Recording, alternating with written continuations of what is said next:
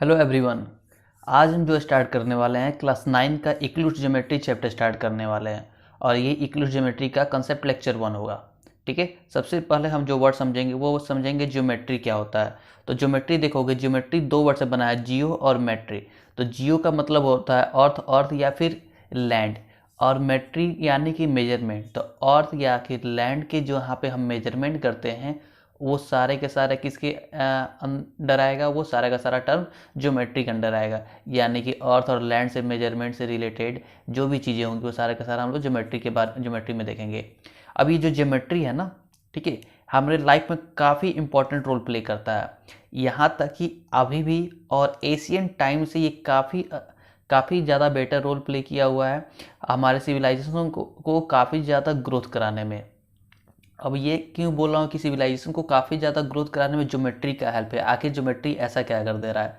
तो देखो, अगर तुमको कोई बिल्डिंग बनाना हो तो तुमको उस पूरे के पूरे लैंड का क्या करना होगा, मेजरमेंट करना होगा, ताकि तुम ये तय कर सको कितने एरिया में तुम्हारा रूम होगा, कितने एरिया में तुम्हारा बरामदा होगा, कितने एरिया में तुम्हारा बाथरूम होगा। तो ये सब, ये जो एरिया होगा, जो उस पूरे बिल्डिंग का बाउंड्री बनेगा, जो उस बिल्डिंग का रूम बनेगा, किस शेप का बनेगा, हाँ, कितना लंबा होगा, कितना चौड़ा होगा, कितना लेंथ, कितना ब्रेथ होगा, ठीक है, कितना हाइट होगा, ये सारे के सारे कहाँ से आएंगे? ये सारे के सारे ज्योमेट्री की हेल्प से ही आते हैं।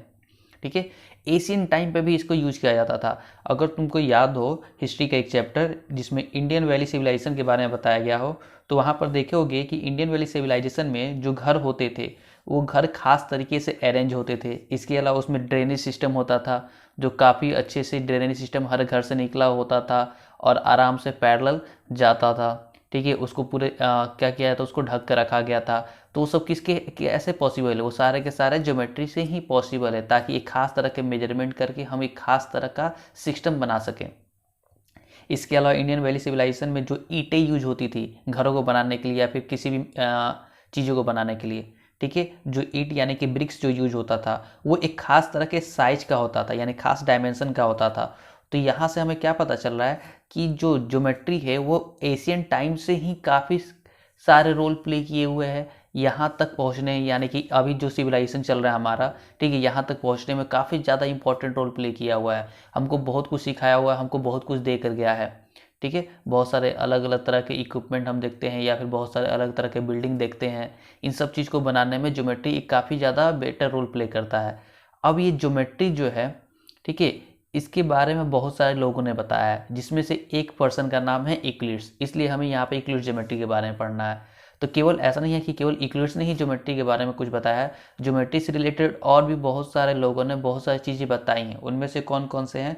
तो देखो, जो यूक्लिड्स हैं, थेल्स हैं और पाइथागोरस हैं, ये तीनों के तीनों ग्रीक मैथमेटिशियन हैं, ग्रीक के रहने वाले मैथमेटिशियन हैं, और इन्होंने काफ़ी सारी चीज़ें ज्योमेट्री में दी हुई हैं, यानी ज्योमेट्री के बारे में बहुत सारी चीज़ें बताई गई हैं इनके द्वारा।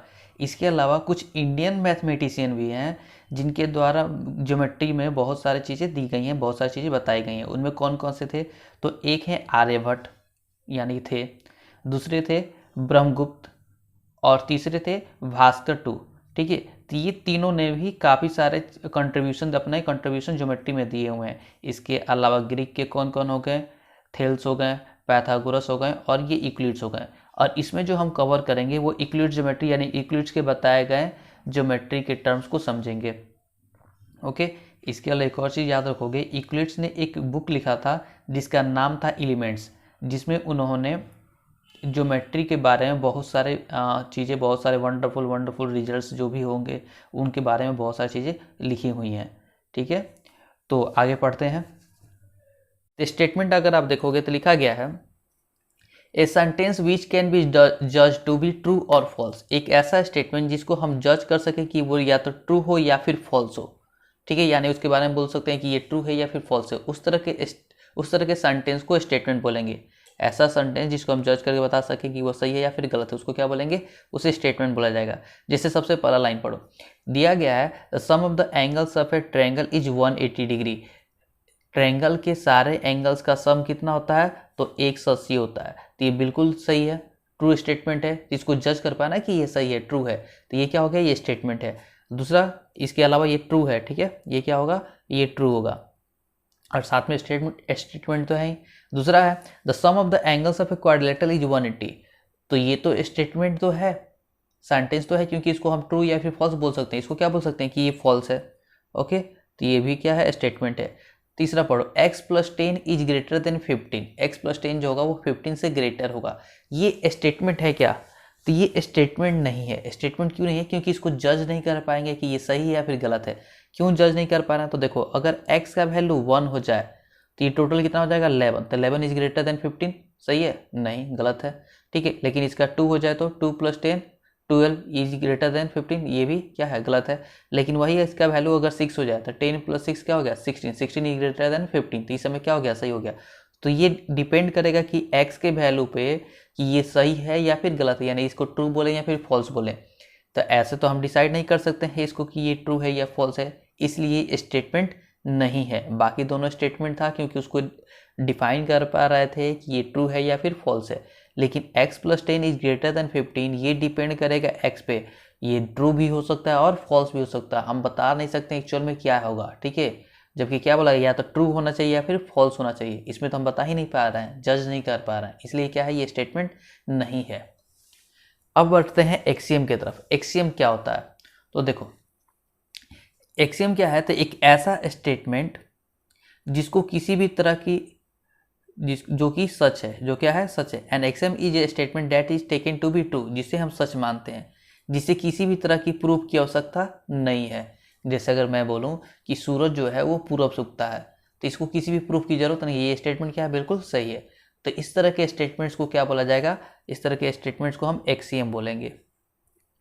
अब आता है पोस्टुलेट्स। पोस्टुलेट्स क्या होते हैं, ठीक है। तो देखो, आजकल तो हम एक्सियम और पोस्टुलेट्स लगभग सेम चीज़ को मानते हैं, लेकिन एशियन टाइम में या फिर इसके पहले भी काफ़ी इन दोनों को अलग अलग चीज़ माना जाता था। अब ये क्या है, पोस्टुलेट्स समझोगे। पोस्टुलेट्स किसको बोलते हैं? तो एक ऐसा स्टेटमेंट जो क्या होना चाहिए, सही होना चाहिए, ट्रू होना चाहिए, but are specified to geometry, लेकिन वो क्या से रिलेटेड होना चाहिए, केवल ज्योमेट्री से रिलेटेड होना चाहिए। अगर कोई ऐसा स्टेटमेंट बोला जा रहा है जो सच है और जिसको प्रूफ की कोई ज़रूरत नहीं है, साथ में वो ज्योमेट्री से रिलेटेड है, तो उसको क्या बोलेंगे, हम उसको पोस्टुलेट्स बोलेंगे। अगर ऐसा सच जिसको प्रूफ की जरूरत नहीं है और साथ में वो ज्योमेट्री से रिलेटेड है, तो ही उसे पोस्टुलेट्स बोला जाएगा। जबकि एक्सियम क्या था, बस वो सच होना चाहिए, उसे प्रूफ की आवश्यकता नहीं होना चाहिए, वो एक्सियम होगा।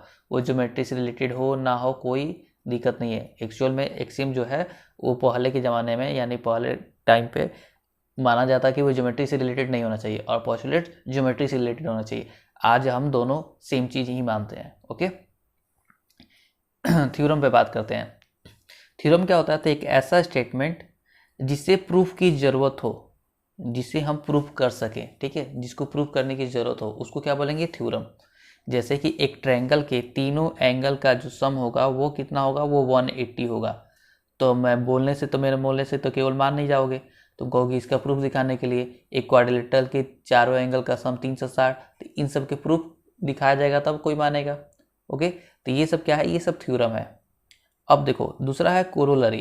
कोरोलरी क्या होता है, तो एक ऐसा स्टेटमेंट जिसके सच को डिडक्ट कर सके, निकाल सके। किसके हेल्प से निकाल सके? अगर किसी थ्योरम के हेल्प से निकाला जा सकता है तो उसे उसका कोरोलरी बोलेंगे। यानी कोई थ्योरम की और उस थ्योरम के हेल्प से एक और सच निकालने की कोशिश कर रहा है तो उसको क्या बोला जाएगा, कोरोलरी बोलेंगे। ठीक है, अगर इसमें कोई कन्फ्यूजन हो गया है तो आगे के कुछ और भी वीडियोज हम लोग करेंगे, उसमें ये कोरोलरी को मैं वहाँ पे कर लूँगा। जब उससे रिलेटेड कुछ क्वेश्चन आएंगे, कुछ स्टेटमेंट आएगा, वहाँ पे हम इसको डिफाइन दोबारा कर दिया जाएगा। ओके, चलो अब बढ़ते हैं यूक्लिड्स के एक्सियम की तरफ पे। यूक्लिड्स का पहला जो एक्सियम है वो क्या बोलता है, देखो हो सकता है कि ये सारे के सारे जो भी चीज़ें हों वो तुमको लगे कि ये तो सिंपल से चीज़ें हैं, ठीक है, तो इस सब को पढ़ने की ज़रूरत क्या है। तो पहले ये बात समझो कि यूक्लिड्स जिस ज़माने में थे उस ज़माने में काफ़ी सारे, यानी कि रिलीजन्स को काफ़ी ज़्यादा वैल्यू दिया जाता था और एजुकेशन को काफ़ी कम वैल्यू दिया जाता था। तो उस टाइम पे अगर वो कुछ चीज़ें बताते हैं, ठीक है, तो वो बहुत बड़ी बात है। उसी बातों को लेकर तो आज हम लोग धीरे धीरे ग्रोथ किए हैं, तो हम इतना कुछ जानते हैं। ये बात समझ में आ रही है, ठीक है। तो उस समय जो चीज़ें बताई जाती थी वो भले ही इस समय आज के हिसाब से लगे कि वो बहुत ही छोटी सी बात है, लेकिन उस समय के हिसाब से वो काफ़ी बड़ी बड़ी बातें होती थी। क्योंकि उस समय ना ही उतना ज़्यादा हमारा सिविलाइजेशन ग्रोथ किया था, ना ही उतनी ज़्यादा उस समय नॉलेज थे। ठीक है, तो आगे इसको देखते हैं यूक्लिड्स के एक्सियम। पहला एक्सियम जो है, things which are equal to the same things are equal to one another. ये स्टेटमेंट क्या बोल रहा है, ये एक्सियम क्या बोल रहा है? देखो ये बोल रहा है, इसको अगर एक सिंपल सी बात में बोला जाए तो कि समझ लो कि एक लड़का है राजू, ये क्या किया, इसके पास 5 रुपये थे, इस 5 रुपये से इसने एक पेन खरीदा। और एक दूसरा लड़का है विशाल, इसके पास भी 5 रुपये थे, इसने इस 5 रुपये से 2 टॉफ़ी खरीद लिए। ठीक है, अब देखो ये 5 रुपये में एक पेन खरीदा, ये 5 रुपये में 2 टॉफ़ी खरीदा। तो अगर मैं बोलूँ कि एक पेन का जो कॉस्ट है और ये 2 टॉफ़ी का जो कॉस्ट है वो इक्वल है, बिल्कुल बोल सकते हैं। ठीक, ये दोनों का क्या होगा कि एक पेन के बदले हम 2 टॉफ़ी को आपस में एक्सचेंज कर सकते हैं, कर सकते हैं ना। अगर बोले कि राजू बोले कि तुम टॉफ़ी मुझे दे दो और पेन ले लो, तो बिल्कुल आपस में एक्सचेंज कर सकते हैं, किसी को कोई भी प्रॉब्लम नहीं हुआ, क्योंकि दोनों का कॉस्ट क्या है, 5-5 रुपये था।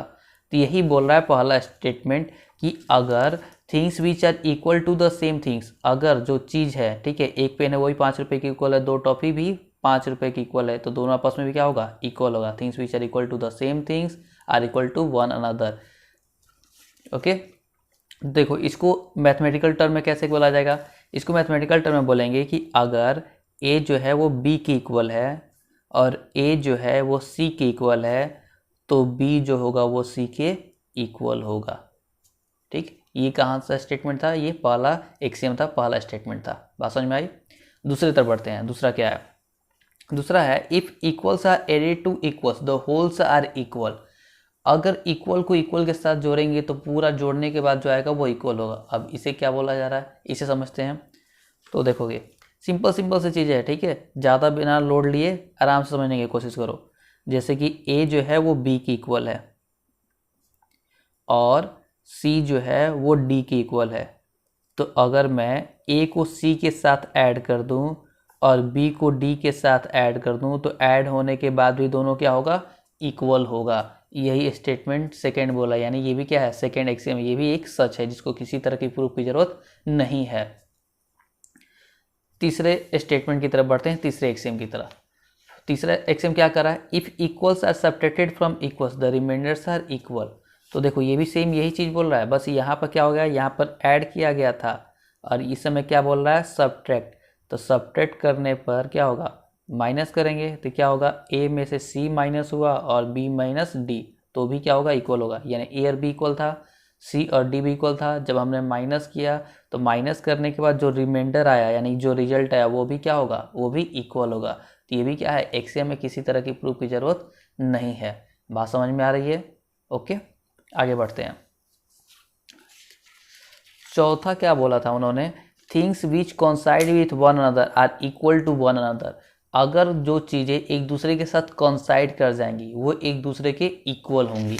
जैसे अगर मान लो कि एक लाइन मैंने खींचा 5 सेंटीमीटर, दूसरा लाइन भी खींचा मैंने 5 सेंटीमीटर का, ठीक है, तो ये दोनों क्या है, इक्वल है। अगर मैं इसके ऊपर रख दूंगा तो क्या हो जाएगा, कॉन्साइड हो जाएगा। कॉन्साइड का मतलब एक दूसरे के ऊपर ओवरलैप कर देना, ठीक है। तो अगर जैसे कि मान लो एक यहाँ पर मैं क्वाइन रख रहा हूँ, ठीक है, एक क्वाइन लिया और इसके ऊपर दूसरा क्वाइन रखा, ठीक है, तो बिल्कुल ओवरलैप कर गया। अगर इस क्वाइन को पीछे पलट कर भी मैं रख दूं तो भी एक ही क्वाइन ऊपर से दिखेगा। तो कैसे भी रखूं तो वो क्या हो जाता है, वो बोलते हैं कि वो कॉन्साइड कर गया, यानी कि एक दूसरे को ओवरलैप कर गया, ठीक है। तो जो ओवरलैप कर जाएगा यानी कॉन्साइड कर जाएगा, वो आपस में क्या होगा, इक्वल होगा। जैसे मान लो एक और ट्रायंगल बना रहा हूँ मैं और इसी के ऊपर एक और ट्रायंगल बना दे रहा हूँ, तो ये दोनों ट्रायंगल क्या हो गए, कॉन्साइड कर गए, ओवरलैप कर गए। अब दोनों ट्रायंगल को जब मैं बाहर निकालूंगा तो दोनों ट्रायंगल का जो साइज होगा वो क्या होगा, वो इक्वल होगा। ये बोल रहा है चौथा स्टेटमेंट। पांचवे की तरफ बढ़ते हैं। The whole is greater than the part, the whole is greater than the part, पूरा जो होगा वो उसके पार्ट से बड़ा होगा।